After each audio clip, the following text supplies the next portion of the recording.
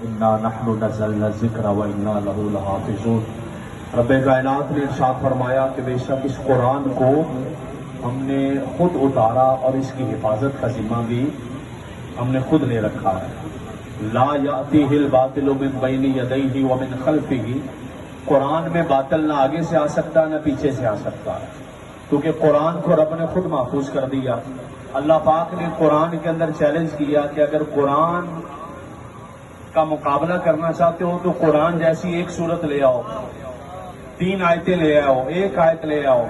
جب کفر کے پاس نہ 1 آیت تھی نہ 3 آیتیں تھی نہ 1 سورت تھی تو کفر ہمیشہ سے لرزتا رہا ہے۔ اب جب کسی بندے کے پاس دلیل نہیں ہوتی تو پھر وہ گالی دیتا ہے۔ جب کسی بندے کے پاس بحث کے لیے مناظرے کے لیے علم نہیں ہوتا تو وہ آگے سے گالیاں دے گا، وہ قتل و غارت کرے گا، وہ ظلم کرے گا۔ ان کے بڑوں کے پاس بھی دلیلیں نہیں تھی اور آج ان کے پاس بھی دلیلیں نہیں ہیں۔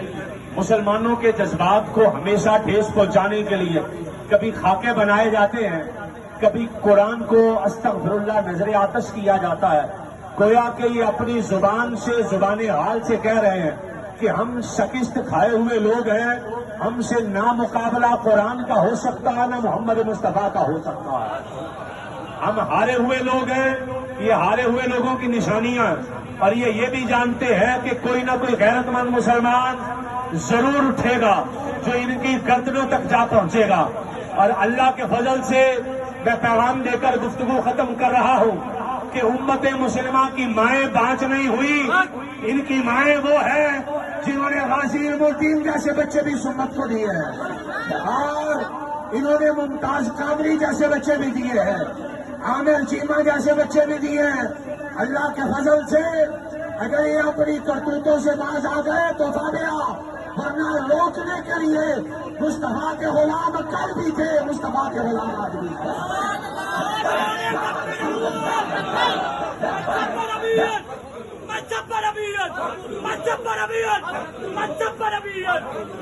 جب انہیں سمجھ نہیں آتی کہ کیا کرے، یہ ہمارے صرف ایک ملک کے ایک مدرسے سے اٹھے ہوئے عالم دین کا مقابلہ نہ کر سکے، کبھی فیس بک پہ پابندی لگائی، کبھی یوٹیوب پہ پابندی لگائی، کبھی میڈیا پہ پابندی لگائی، گویا کہ کہہ رہے ہیں کہ لوگوں ہم ہار گئے۔ ہاں، اگر تم ایک اس بابے کا مقابلہ نہ کر سکے کہ جس کی ٹانگیں بھی سلامت نہ تھی، اس کی ٹانگیں سلامت نہیں تھی، تمہاری ٹانگیں پھر بھی کام رہی تھی۔ اگر کوئی ایسا آگے آگے جس کی ٹانگیں سلامت ہوئی، رب کعبہ کی قسم تمہارے پیشاب نکل جائے گا۔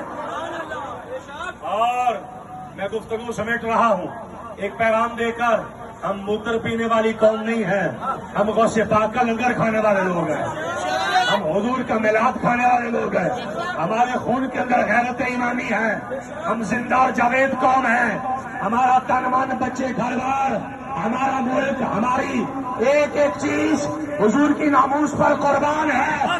اس لیے کہ پاکستان ہم نے اس لیے نہیں لیا تھا کہ یہاں بیٹھ کر اے سی یو کے مزے لیں، یہاں بیٹھ کر بڑے بڑے حکمران حکومتیں کرے، یہاں بیٹھ کر بڑے بڑے وزیر وزارتیں کرے۔ پاکستان کا مطلب کیا؟ پاکستان تو اس لیے لیا تھا۔ پاکستان کا مطلب کیا؟ دستور ریاست کیا ہوگا؟ پاکستان کا مطلب تو یہ ہے، اللہ کے فضل سے جو ہم نے پڑھ رکھا ہے، ایک لشکر آئے گا جو پاکستان اور برے صغیر کے علاقوں میں سے اٹھے گا اور دنیا پر حکومت کرے گا۔ اللہ کے فضل سے وہ لشکر یہیں سے آئے گا، اللہ کے فضل سے۔